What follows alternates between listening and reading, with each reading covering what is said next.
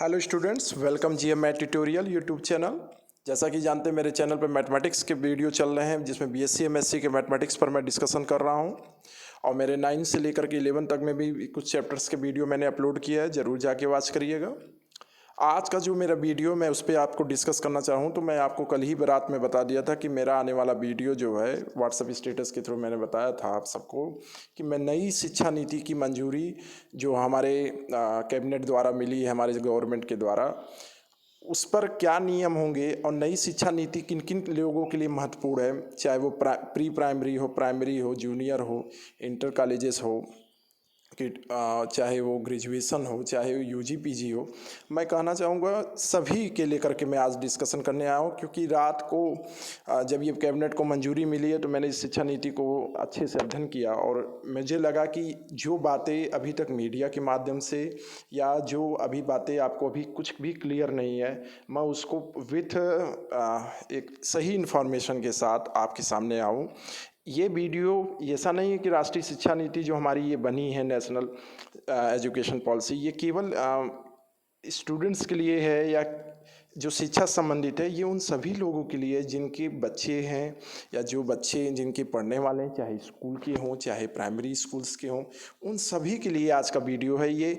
और ये वीडियो आपको एक तरह से बहुत खुशी देने वाला वीडियो है, क्योंकि ये जो शिक्षा नीति का परिवर्तन है, ये मैं कहूँगा कि ये एक ऐसे नए युग का आरंभ है जिसमें बच्चों को कम बोझ में और अच्छी शिक्षा मिलेगी।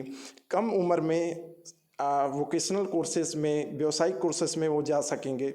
इस तरह के जो ये हमारे गवर्नमेंट द्वारा इनिशिएटिव लिया गया है और बहुत सी चीज़ें मैं इस पर डिस्कस करने वाला हूँ। चलिए स्टार्ट करते हैं।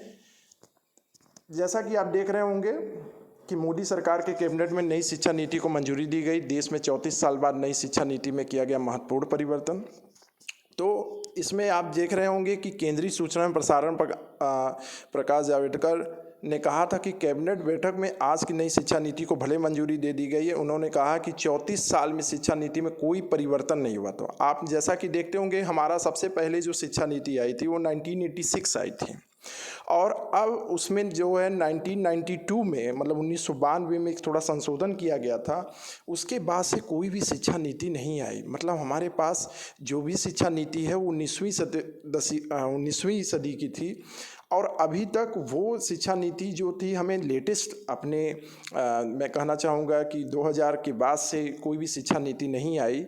और आज जो है उसका रात में, मतलब कल रात को लगभग 29 जुलाई को शाम को मोदी कैबिनेट के द्वारा जो है हमारे केंद्र सरकार के गवर्नमेंट द्वारा उसको अप्लाई किया गया है और जल्द ही वो कब से लागू होगी, कब से वो हमारे सामने आएगी, ये मैं चीज़ें वीडियो के अंत में बनाऊंगा। मेरे वीडियो को पूरा वॉच करिए, आपको बहुत अच्छा इन्फॉर्मेशन मिलेगा। चाहे आप ग्रेजुएशन के छात्र हों, चाहे आप पोस्ट ग्रेजुएशन के हो, चाहे आप इंटरमीडिएट हो, चाहे आप प्राइमरी के हों, चाहे स्कूल के हों, कोई भी हो, ये सभी के लिए इन्फॉर्मेटिव वीडियो है।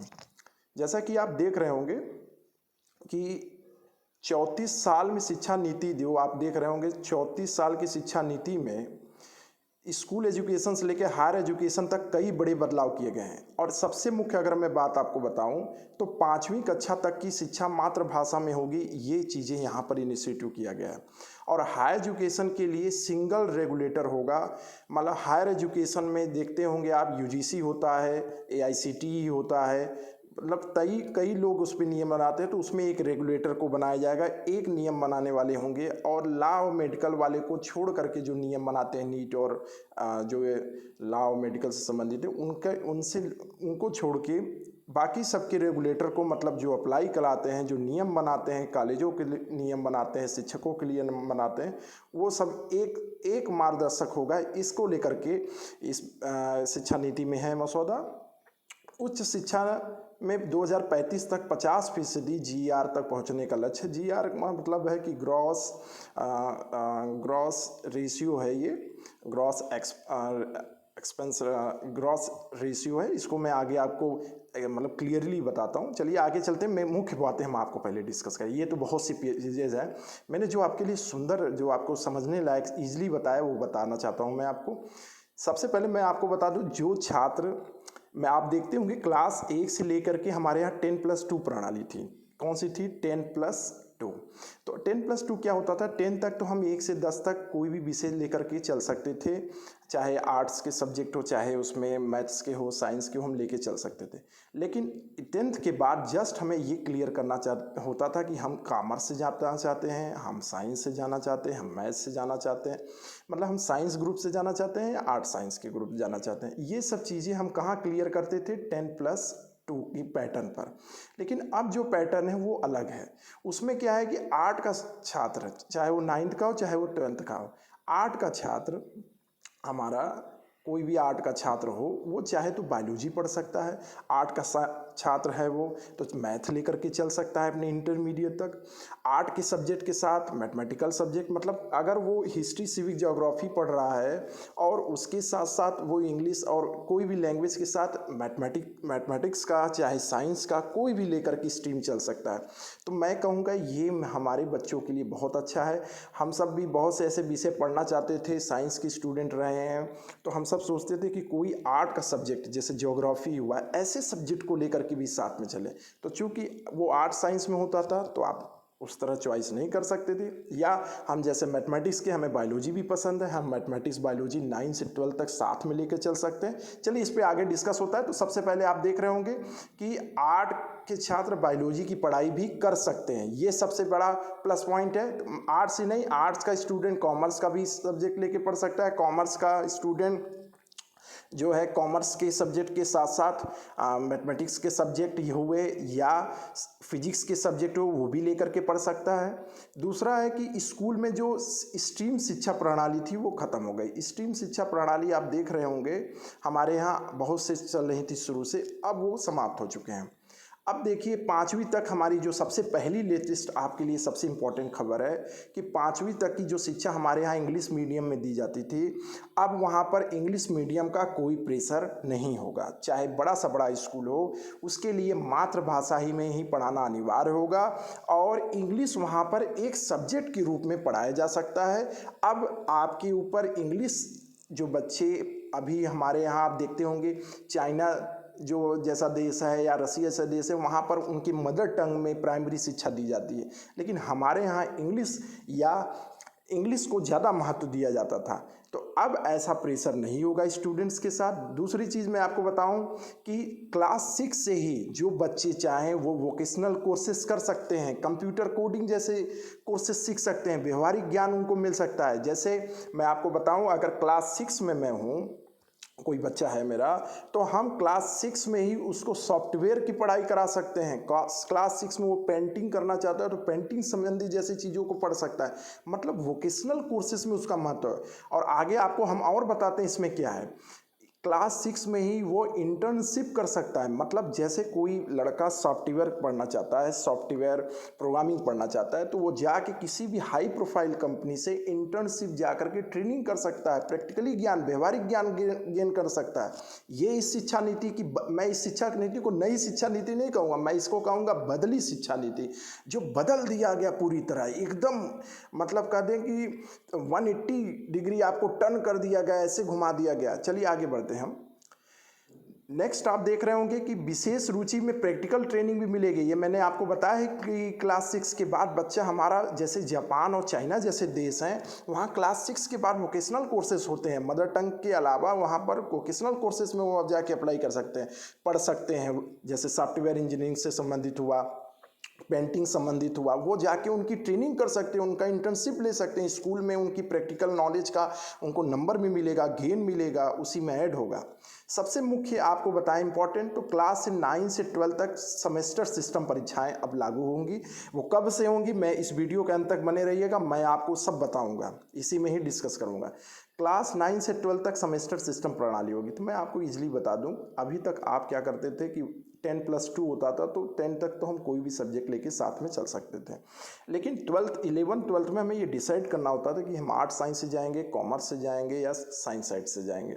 तो अब ऐसा कुछ नहीं है, आप तीनों सब्जेक्ट के, आर्ट साइंस के, कॉमर्स के, साइंस के सारे सब्जेक्ट को एक साथ लेकर के, उनके सब्जेक्ट्स को, उनके विषयों को एक साथ लेकर के पढ़ सकते हैं। और यही है सेमेस्टर सिस्टम प्रणाली, जिसमें 9 से 12 तक हमारा सेमेस्टर होगा। हर एक साल में 2 सेमेस्टर होंगे और हर 6 मंथ में एक एग्ज़ाम होगा। तो चलिए आगे बढ़ते हैं, देखते हैं।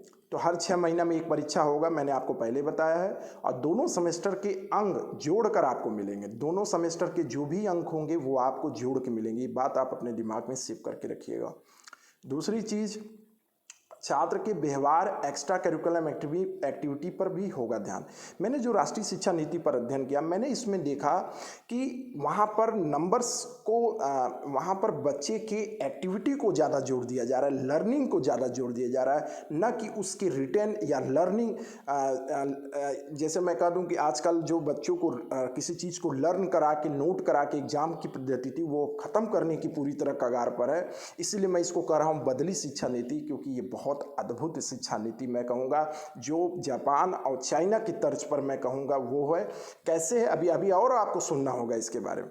तो छात्र के व्यवहार और एक्स्ट्रा करिकुलम एक्टिविटी पर ज़्यादा ध्यान होगा। जैसे मैं आपको बताऊं, बच्चों को बहुत तरीके से नंबर दिया जाएगा। जैसे सेमेस्टर प्रणाली में 6 महीने में एग्ज़ाम हो रहा है, एक साल में 2 बार, 9 से 12 तक। तो उसमें एग्ज़ाम के जो प्रोसेस होंगे, मैं आपको सीधे बता दूं, कई तरीके से होंगे। जैसे मैं बता दूं, आपके कुछ तो आपके रिटन पे मिलेंगे, कुछ तो आपके प्रैक्टिकल पे मिलेंगे, कुछ आपके इंटर्नशिप पे मिलेंगे, कुछ आपको आपके टीचर्स नंबर देंगे, कुछ आपके फ्रेंड्स आपको नंबर देंगे, जो आपके साथ बैठे रहेंगे वो आपका एक्टिविटी पे नंबर देंगे, और कुछ आप स्वयं नंबर देंगे अपने आप को कि मुझे इतने में से कितना नंबर स्वयं को देना चाहिए। हालांकि आप पूरा देने की कोशिश करेंगे, ये मुझे मालूम है, लेकिन ये सभी एक्टिविटी पर आपका नंबर पूरा मिलके मिलेगा। तो यही है कि छात्र के व्यवहार पर, और छात्र का व्यवहार कौन देखेगा? टीचर देखेंगे, स्टूडेंट्स, आपके मित्र देखेंगे। और एक्स्ट्रा करिकुलम एक्टिविटी, जैसे आप जो भी एक्स्ट्रा एक्टिविटी करते हैं उस पर भी आपको नंबर मिलेगा। नेक्स्ट मैं बताऊं तो सारी बातों को ध्यान में रख करके होगा रिजल्ट। मैंने बताया आपको रिजल्ट जो बनेगा वहाँ पर आपके टीचर्स भी, आपके स्टूडेंट्स भी, आप स्वयं भी अपना नंबर देंगे। आप अपने रिटर्न का जो नंबर होगा, आप अपने इंटर्नशिप का या आपकी प्रैक्टिकल नॉलेज का, हर तरीके से आपको कई तरह से नंबर मिलेगा। तो सारी बातों का ध्यान में रख के ही रिजल्ट बनेगा। प्लस अब देख रहे होंगे रिपोर्ट कार्ड हमारे यहाँ बड़ी वैल्यू होती है। तो रिपोर्ट कार्ड जो असेसमेंट है वो 360 डिग्री असेसमेंट होगा। 360 डिग्री मतलब यही होता है कि जो केवल आपके रिटन मार्क्स पर ना हो, वो हर तरीके से हो। हर तरीके का कहने का सेंस मैं आपको बताऊं, मैंने बताया ना, आपको टीचर्स भी नंबर देंगे, स्टूडेंट्स भी आपको नंबर देंगे, आपके फ्रेंड्स भी नंबर देंगे, आपके क्लासमेट्स देंगे, आप स्वयं अपने आप को देंगे, आपकी एक्स्ट्रा एक्टिविटी होगी, प्रैक्टिकल नॉलेज होगा, वो सभी 360 असेसमेंट बोलते हैं। वो 360 का अंतर्गत ये बनाया गया है। तो बहुत अच्छा है, मैं तो इसको बहुत अच्छा मानूंगा, क्योंकि इसमें पूरी तरह किसी को एक, जैसे मैं कह दूं मेरा रिटर्न अच्छा नहीं गया, मैं नॉलेज रखा था तो मेरा नंबर खराब आ गया, तो ऐसा कुछ नहीं। हमने प्रैक्टिकल में अच्छा किया, हमने इंटर्नशिप में अच्छा किया, हमारा रिटर्न अच्छा नहीं गया तो कोई बात नहीं, हमारे फ्रेंड्स से कुछ नंबर देंगे, हम स्वयं भी अपने असेसमेंट का नंबर देंगे। ये सब मिला के होगा, मतलब किसी एक पे कोई निर्भरता नहीं होगी। कोई भी, जैसे पहले क्या होता था कि रिटन में टीचर पे निर्भर करता था, टीचर नंबर अपने लोगों को देता था, नहीं देता था, ऐसा भी बातें उठती थी प्राइवेट स्कूलों में। लेकिन अब ऐसा कोई प्रेशर नहीं होगा। टीचर को भी थोड़ा बहुत नंबर का अधिकार होगा, आपको होगा, आपके फ्रेंड्स को होगा, आपकी क्लासमेट्स को होगा, आपकी स्कूल्स को होगा, आपके व्यक्तित्व पर होगा निर्भर। आगे चलिए मैं देखता हूँ, आपको और बताता हूँ बातें में। अब मैं बता दूं, ये तो प्राइमरी स्टेज की बात हो गई। अब कॉलेजेस के बारे में बात करना चाहें, देखिए अभी मैं बहुत कुछ गहराई में बताऊंगा। अभी तो मैंने आपको ऊपरी चीज़ें बता रहा हूँ, मैं आपको अभी रिटेन में बाकायदे समझाऊंगा। ये बदली शिक्षा नीति जो है college admission common aptitude test पर होगा। जैसे आप सुने होंगे कि 12th के बाद जब हम अक्सर किसी कॉलेजेस में जाते हैं, चाहे इंजीनियरिंग कॉलेज हो, चाहे वो यूजी पीजी के कोई कोर्सेज, बीएससी एमएससी या बीटेक बी फार्मा कुछ भी होता था, तो हमें क्या करना पड़ता था कि या तो मेरिट लिस्ट से वहाँ पर सिलेक्शन होता है। जैसे दिल्ली में बहुत सी यूनिवर्सिटियाँ हैं जो आपके 12th के मेरिट पर आपको सिलेक्शन करती हैं। लेकिन अब ऐसा नहीं होगा। अब ऐसा ये होने वाला है कि आपका मेरिट भी देखा जाएगा, प्लस अगर आप एक एंट्रेंस देंगे, जिसको कॉमन एप्टीट्यूड टेस्ट कैट बोल सकते हैं, वो कैट के थ्रू आप अपना एंट्रेंस का जो नंबर पाएंगे वो मायने रखेगा, प्लस आपका मेरिट मिला के तब आपका एक मेरिट बना के आपका सिलेक्शन होगा। मतलब ऐसा अब नहीं होगा कि अब आप 99% है, 98% तो आपको सीट मिलेगा और आपके पास नॉलेज था लेकिन आपका नंबर कम है तो आपको नहीं मिलेगा। आप कॉमन एप्टीट्यूड टेस्ट के थ्रू 12th के बाद किसी भी इंस्टीट्यूट से अपना कोर्सेज कर सकते हैं, चाहे वो IIT क्यों ना हो। चलिए आगे बढ़ते हैं, हम आपको और कुछ बातें बताते हैं। नेक्स्ट बताएंगे आपको, तो बदली शिक्षा नीति में कट ऑफ एडमिशन नहीं मिला तो कैट दे सकेंगे। यही चीज़ें मैंने बताया कि अगर आपका कट ऑफ पर जैसे वहाँ पर 100 सीट है तो ऐसा डिवाइड करेंगे वो 50-50 के रेशियो में कि 50 वाले मेरिट्स के स्टूडेंट्स को लेंगे जिनका 12th में मेरिट अच्छा, और 50 ऐसे लोगों को रखेंगे जिनके जो ऐसे सीटें रखेंगे जो कैट एग्जाम के थ्रू देंगे। तो ऐसे बच्चों के लिए अपॉर्चुनिटी जिनका नंबर कम है, योग्यता अच्छी है, नॉलेज अच्छी है, नंबर अच्छा नहीं पा पाए या उस समय उनकी तैयारी में कोई कमी रह गई, तो वो जो है अपने कॉलेज में या मनचाहा कॉलेज में जा सकते हैं अगर वो कॉमन एडमिशन टेस्ट जैसे एंट्रेंस एग्जामिनेशन जो हमारे यूनिवर्सिटीज़ कराएंगे, जो हमारे कॉलेजेस कराएंगे, इंस्टीट्यूट्स कराएंगे आफ्टर 12th, उनमें आप जा कर के एडमिशन ले सकते हैं। चलिए नेक्स्ट आपको बताएंगे, तो बदली शिक्षा नीति में बोर्ड परीक्षाओं के नंबर और कैट के नंबर जोड़ के मिलेंगे। मैंने आपको बताया था कि जब आप एडमिशन लेने जाएंगे कॉलेजेस में तो आपको आपके मेरिट, आपके 12th 9 से 12 तक जो नंबर्स होंगे और इंक्लूडिंग कैट के जो नंबर्स होंगे वो सारे काउंट करके आपको एडमिशन दे सकेंगे। अब नेक्स्ट मैं बताना चाहूँ, बहुत खुशखबरी की बात मैं बताऊँ। बहुत से ऐसे स्टूडेंट्स बेचारे होते थे, मैंने देखा है, मैं खुद कॉलेज का टीचर रहा हूँ, मैंने देखा है कि किसी कारणवश, चाहे उनके यहाँ कोई एक्सीडेंट हो गया, चाहे उनकी पारिवारिक में आर्थिक समस्या आ गई, तो वो जैसे BSc में एडमिशन ले लेते थे या BTech में एडमिशन ले लेते थे फर्स्ट सेमेस्टर में, सेकंड सेमेस्टर में या सेकंड ईयर में, थर्ड सेमेस्टर में, तो क्या होता था जब वो पढ़ाई छोड़ देते थे किसी समस्या के कारण और दोबारा नहीं पढ़ पाते थे तो उनको कोई भी सर्टिफिकेट की जो उनकी वैल्यू होती थी वो कुछ नहीं होती थी। लेकिन अब वैल्यू होगी और आपको इस पे जॉब भी मिलेगा। कैसे? जैसे मान लीजिए आप 1 साल की पढ़ाई कर लिए, जैसा कि आप देख रहे होंगे 1 साल की आपने पढ़ाई करके छोड़ दिया और वो ग्रेजुएशन में आपने एडमिशन लिया, BSc BTech BA में, किसी में BA में लिया या BCom में लिया, और आप 1 साल पढ़ने के बाद उस पढ़ाई को छोड़ दिए हैं, तो आपको क्या मिलता था? एक केवल मार्कशीट मिलती थी, कोई डिग्री नहीं मिलती थी। लेकिन अब आपको क्या मिलेगा? मार्कशीट के साथ एक सर्टिफिकेट मिलेगा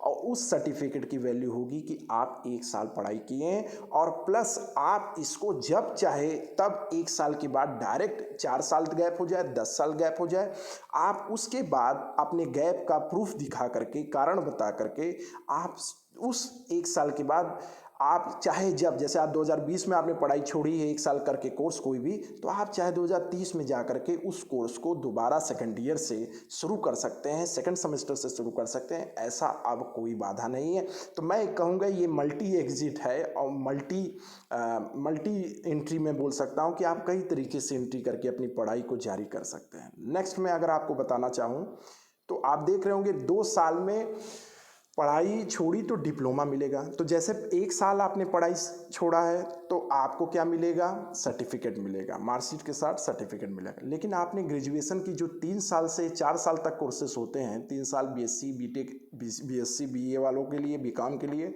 और 4 साल BTech वालों के लिए, अगर आपने सपोज करिए किसी कारणवश, दुर्भाग्यवश, कि आपने दो साल पढ़ाई करके पढ़ाई छोड़ दी, आपके पास केवल मार्कशीट और अब आप पढ़ाई नहीं कर पा रहे हैं, कोई समस्या है, तो आपको तत्काल डिप्लोमा मिलेगा। तो डिप्लोमा के थ्रू आप जॉब ले सकते हैं। बहुत से कंपनियां आपको जो मानक बनाएंगी उसके थ्रू भी आप जॉब पा सकते हैं और उसको डिप्लोमा बोला जाएगा, न कि ग्रेजुएट बोला जाएगा। नेक्स्ट आपको बताएं, अगर आपने 3 साल करके पढ़ाई पूरी कर ली तब तो आपको बैचलर डिग्री मिलती है, जिसको हम ऑलरेडी बैचलर्स ऑफ एजुकेशन बोलते हैं। और नेक्स्ट जो है, अगर आप 4 साल में 4 साल तक की आप पढ़ाई कर सकते हैं। अगर आप चाहें तो आप BSc BA BCom 4 साल के कोर्स में अगर आप एडमिशन लेते हैं तो आपको केवल डिग्री नहीं मिलेगी, आपको केवल बैचलर की डिग्री नहीं मिलेगी, आपको सीधे डिग्री मिलेगी, वो भी रिसर्च के साथ मिलेगी। रिसर्च के साथ मतलब आगे चल के आप रिसर्च कर सकते हैं और जो 4 साल के एडमिशन प्रोसेस मिलेगा वही रिसर्च कर सकेगा। नेक्स्ट अगर आपको बताएं तो कॉलेज के छात्र अलग अलग विषय ले सकते हैं। अब आप देखिए, बहुत से लोग होते थे ना कि आर्ट के सब्जेक्ट है तो आर्ट ही साइंस लेते थे 12th के बाद, या साइंस साइड से थे साइंस। अब ऐसा कोई प्रावधान नहीं, आप चाहे जो सब्जेक्ट ले सकते हैं, प्रैक्टिकल के ले सकते हैं, संगीत ले सकते हैं, मैथमेटिक्स ले सकते हैं, फिजिक्स ले सकते हैं, उसके साथ संगीत रख सकते हैं। हालांकि अभी भी है, लेकिन ऐसा नहीं था कि साइंस वाले कोई भी आर्ट का सब्जेक्ट ले सकते हैं, लेकिन आर्ट वाला कोई साइंस का सब्जेक्ट नहीं ले सकता। तो बदली शिक्षा नीति में अगर कोई student Hindi, English, literature, languages के साथ बीए में एडमिशन है तो वो साइंस के फिजिक्स, केमिस्ट्री को भी पढ़ सकता है। ऐसा इस शिक्षा नीति में प्लस पॉइंट है आप सभी के लिए। नेक्स्ट आप देख रहे होंगे कि मैं अभी आपको बोल ही रहा था कि ये मल्टी एंट्री और मल्टी एग्जिट है, मतलब हम जब चाहे इसमें पढ़ाई कर सकते हैं, जब चाहे तब कॉलेजेस पढ़ाई छोड़ के हम क्या कर सकते हैं, फिर उसको ज्वाइन कर सकते हैं। इसलिए मैं इसे मल्टी एंट्री और मल्टी एग्जिट कर रहा हूँ। नेक्स्ट आप देखिए तो अब आपको बहुत इंपॉर्टेंट इंफॉर्मेशन देना चाहूँगा। देखिए, जो हमारे स्टूडेंट्स हैं शायद वो ना जान रहे हों, या हो सकता है जान रहे हो। भाई आज के तो डिजिटल युग है, और डिजिटल युग में आप अच्छी तरह जानते हैं कि हर तरीके से सबको कोई ना कोई इन्फॉर्मेशन रहता है ये आज के युग में। तो मैं एक सबसे इम्पॉर्टेंट चीज़ आपको बताना चाहूँ तो अब जैसे कि बैंक्स में आप लोन लेते थे, तो आपको याद होगा कि बैंक्स में लोन लेने पर क्या होता है। बैंक्स में लोन लेने पर अगर आप लोन नहीं चुका पाते हैं तो आपकी लोन चुकाते हैं तो आपकी क्रेडिट स्कोर बढ़ जाती है। आप डिजिटल ट्रांजैक्शन करते हैं तो आपकी क्रेडिट स्कोर बढ़ जाती है। लेकिन अगर आप समय पर पैसा नहीं चुकाते हैं या आप समय पर पैसा चुकाते रहते हैं तो आपकी क्रेडिट स्कोर बढ़ती है या घटती रहती है। उस क्रेडिट स्कोर से आपको जॉब मिलने में बहुत आसानी मिलेगी। जैसे अगर हम रेगुलर पढ़ाई कर रहे हैं, हमारे कोई पढ़ाई में गैप नहीं, तो हमारा क्रेडिट स्कोर बहुत अच्छा होगा और हमें जॉब भी आसानी से मिलेगी।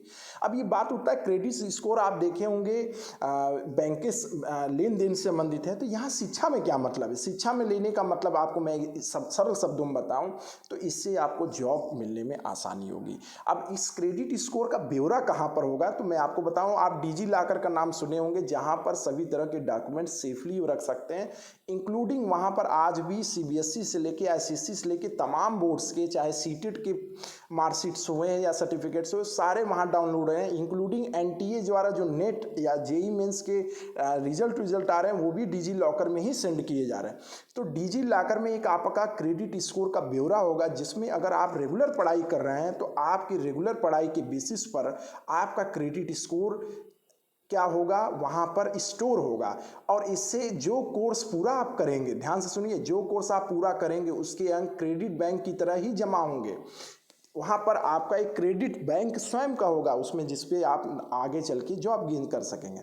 नेक्स्ट बताएंगे तो आखिरी डिग्री के कोर्स में इस क्रेडिट को जोड़ा जाएगा, मतलब ये क्रेडिट हमेशा आखिरी डिग्री तक आपके जोड़े जाएंगे, स्कूल से लेके आपके, हम कहना चाहेंगे तो आपके आगे पढ़ाई तक, ग्रेजुएशन, रिसर्च आगे तक। नेक्स्ट आपको बताएं तो एक बहुत मेरे मन का है, संस्कृत जैसा सब्जेक्ट हम तो बहुत पसंद करते हैं, लेकिन संस्कृत जैसे सब्जेक्ट को आगे नहीं ले जा पाए। मैं आपको बता दूं, मैं खुद इंटर तक संस्कृत का सब्जेक्ट पढ़ा हूं और मुझे संस्कृत बहुत प्रिय रहा है। संस्कृत में मैं अपने सब्जेक्ट में सबसे अच्छा नंबर गेन किया था, लेकिन संस्कृत को मैं आगे नहीं ले जा सका। संस्कृत चूँकि साइंस साइड्स के स्टूडेंट हैं, तो आर्ट साइंस के थ्रू जाइए आप संस्कृत लेकर के। तो मैंने एक चीज़ नोटिस किया कि संस्कृत को इस शिक्षा नीति में महत्व दिया गया। अब आपको बताएं, संस्कृत केवल एक धार्मिक, एक पार्टिकुलर कम्युनिटी का लैंग्वेज नहीं है। संस्कृत एक वैज्ञानिक भाषा है। एक वैज्ञानिक भाषा ऐसे है कि ये कंप्यूटर कोडिंग में आज इसी का उपयोग करते हैं, क्योंकि इसके जो सूत्र होते हैं, अर्थात इनके जो श्लोक्स होते हैं जिनके माध्यम से हम प्रोग्रामिंग में करते हैं, वो सबसे कम शब्द में और ज़्यादा से ज़्यादा अर्थ निकालते हैं। जबकि और कोई दुनिया की भाषा है वो कोई भी इतने कम शब्दों में ज़्यादा से ज़्यादा एक्सप्लेन नहीं कर सकते। और मैं आपको बता दूं, जाने माने हमारे लंदन की यूनिवर्सिटीज़ हैं या अमेरिका की यूनिवर्सिटी, आज वहाँ संस्कृत विषयों का अनिवार्य अध्ययन करा रहे हैं, अनिवार्य तौर से स्कूली बच्चों को अध्ययन करा रहे हैं। तो आप समझ सकते हैं हमारे यहाँ संस्कृत की स्थिति बड़ी अच्छी नहीं रह गई है अब विगत 20 सालों 30 सालों से। लेकिन अब हमारे देश में जो नई शिक्षा नीति आएगी उससे मुझे भरोसा है कि आने वाले बच्चों को संस्कृत में भी बहुत बल मिलेगा। उस संस्कृत के माध्यम से वो देश विदेश में जाकर के अपने ज्ञान के वर्चस्व पर गर्व करेंगे और लोगों को जानकार बनाएंगे। चलिए आगे बढ़ते हैं। नेक्स्ट देखिए, स्कूल और उच्च शिक्षा संस्थानों को संस्कृत को बढ़ावा देने की तैयारी है और उच्च शिक्षा संस्थानों में आर्ट्स और ह्यूमैनिटीज़ भी पढ़ाए जाएंगे। देखिए उच्च शिक्षा संस्थान मतलब अब जैसे आर्ट्स और ह्यूमैनिटीज़ किसके लिए बता रहा हूँ मैं, आईआईटी जैसे संस्थानों के लिए बता रहा हूँ। वैसे तो आर्ट्स और ह्यूमैनिटीज़ जैसे सब्जेक्ट तो हमारे यूनिवर्सिटीज़ में, हमारे सेंट्रल प्राइवेट यूनिवर्सिटीज़ में चलता ही है। मैं आईआईटी जैसे संस्थानों में बता रहा हूँ कि अगर लड़का आईआईटी से बीटेक करा तो आर्ट्स और ह्यूमैनिटीज़ में भी पढ़ाई वो कर सकता है, उस सब्जेक्ट्स को चुन सकता है जो आर्ट्स और ह्यूमैनिटीज़ जैसे सब्जेक्ट से रिलेटेड हो। नेक्स्ट मैं बताऊं, हर कॉलेज में संगीत, कला और साहित्य पढ़ाया जाएगा।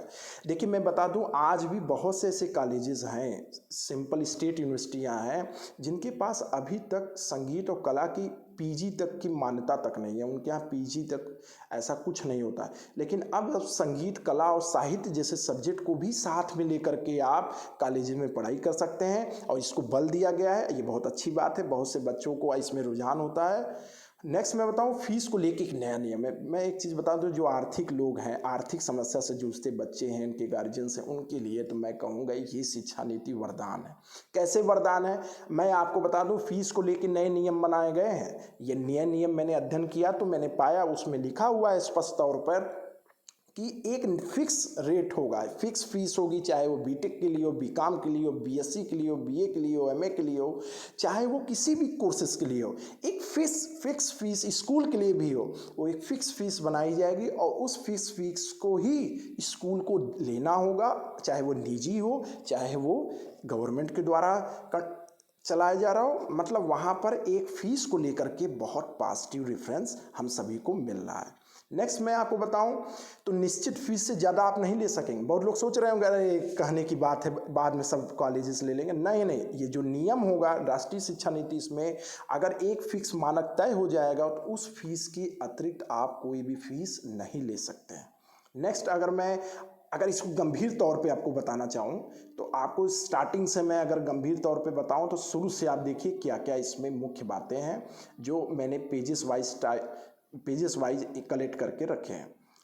देखिए जो आपको बेसिक नॉलेज है ये होना चाहिए, जो आपकी जीके जीएस से लेके हर चीज़ में आपको काम देगा। तो देखिए सबसे पहले कि ये कौन बनाया था राष्ट्रीय शिक्षा नीति, जो हमारे अभी कैबिनेट द्वारा पास हुआ है।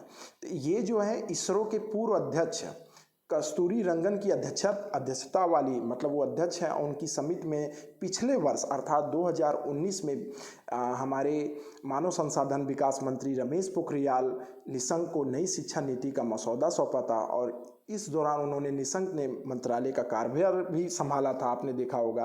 और नई शिक्षा नीति के मसौदे को विभिन्न पक्षकारों की राय लेकर सार्वजनिक किया गया था और सभी लोग उस पर अपना विचार रखे थे। करीब 2 लाख से ज़्यादा उनको सुझाव प्राप्त हुए और उसी के आधार पर ये नई शिक्षा नीति बनाई गई है, जिसमें विद्यार्थियों से भी राय लिया गया, जिसमें शिक्षकों से राय लिया गया, बुद्धिजीवियों से राय लिया गया। हर क्षेत्र के, मतलब संगीत, कला, विज्ञान, तकनीकी, हर क्षेत्र के विद्वानों से लेकर स्टूडेंट तक सभी लोगों की सलाह लेकर के ये राष्ट्रीय शिक्षा नीति, हमारी नई राष्ट्रीय शिक्षा नीति मैं कहूँगा बनाई गई है। और इस शिक्षा नीति को देखिए, पहले हमारी सबसे जो शिक्षा नीति तैयार थी वो 1986 वाली तैयार थी और 1986 में जब तैयार थी तो एक बार 92 में उसमें कुछ संशोधन भी किया गया था। अगर आप कहते हैं तो एक बार संशोधन के बारे में भी बता सकता हूं, लेकिन वीडियो बहुत बड़ा हो जाएगा।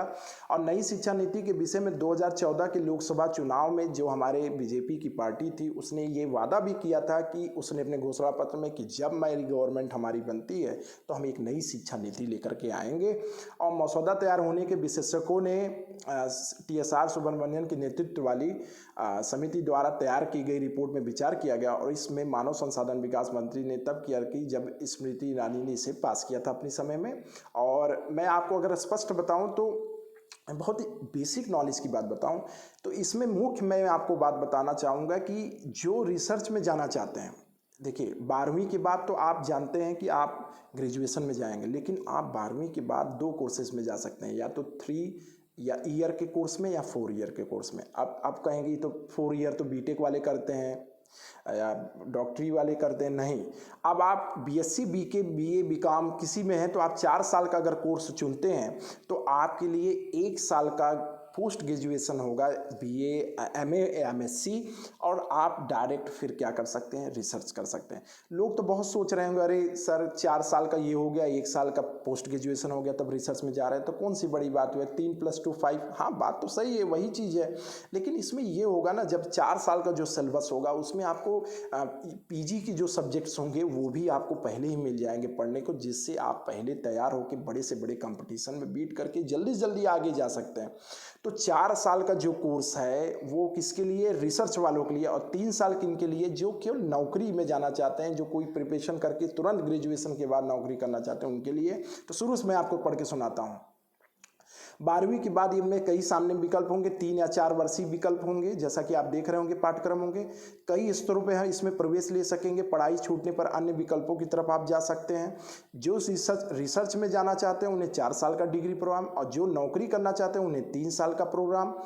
और लेकिन जो रिसर्च में जाना चाहते हैं वो 1 साल के एमए के बाद 4 साल के डिग्री प्रोग्राम से सीधे पीएचडी या रिसर्च में जा सकते हैं।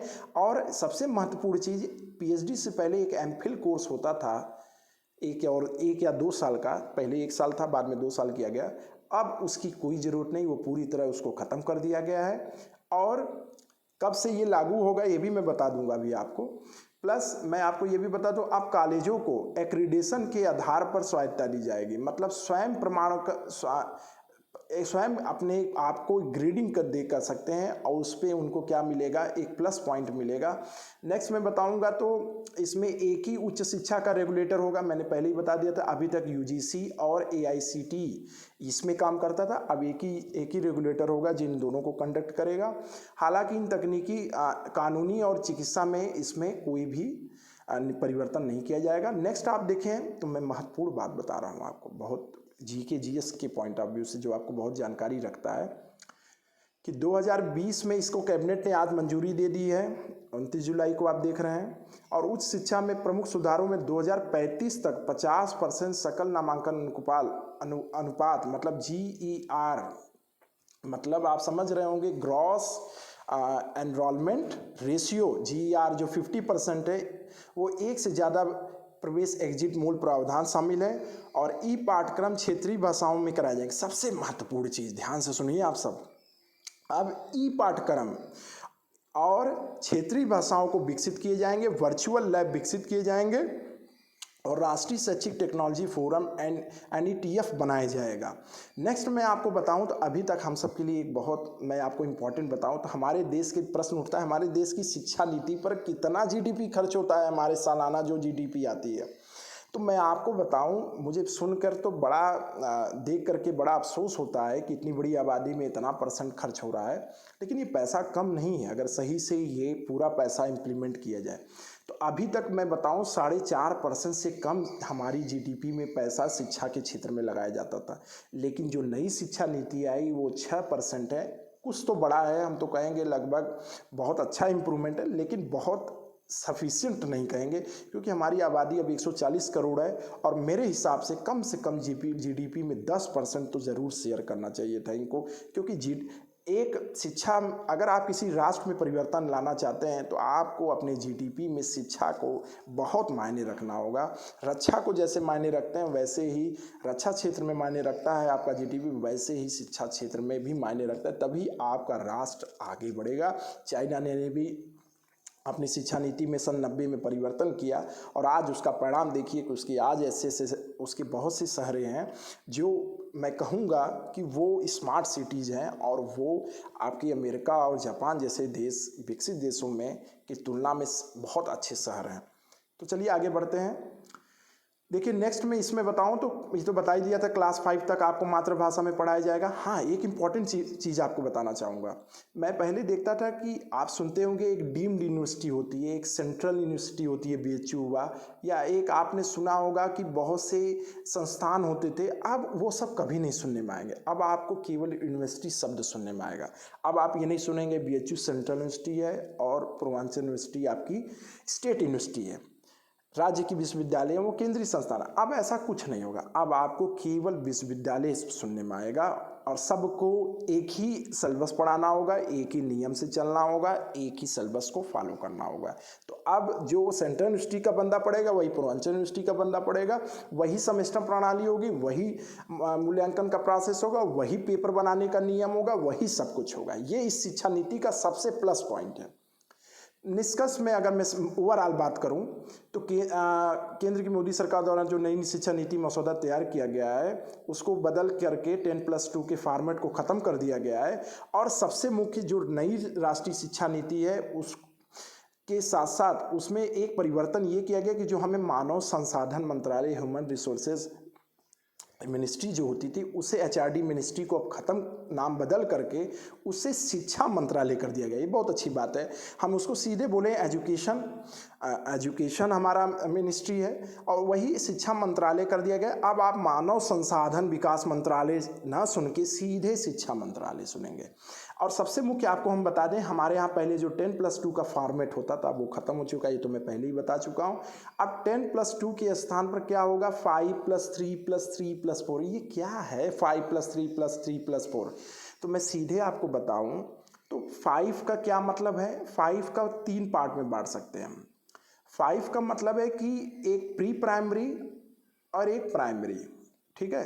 तो प्री प्राइमरी में क्या है, प्री प्राइमरी में जैसे आप जानते थे UG LKG UG आप पढ़ते थे तो वो होता था। तो यहाँ पर 3 साल आप समझिए क्या क्या पढ़ेंगे, LKG UG और क्लास फर्स्ट तक पढ़ेंगे, ये प्री प्राइमरी होगा 5 में से।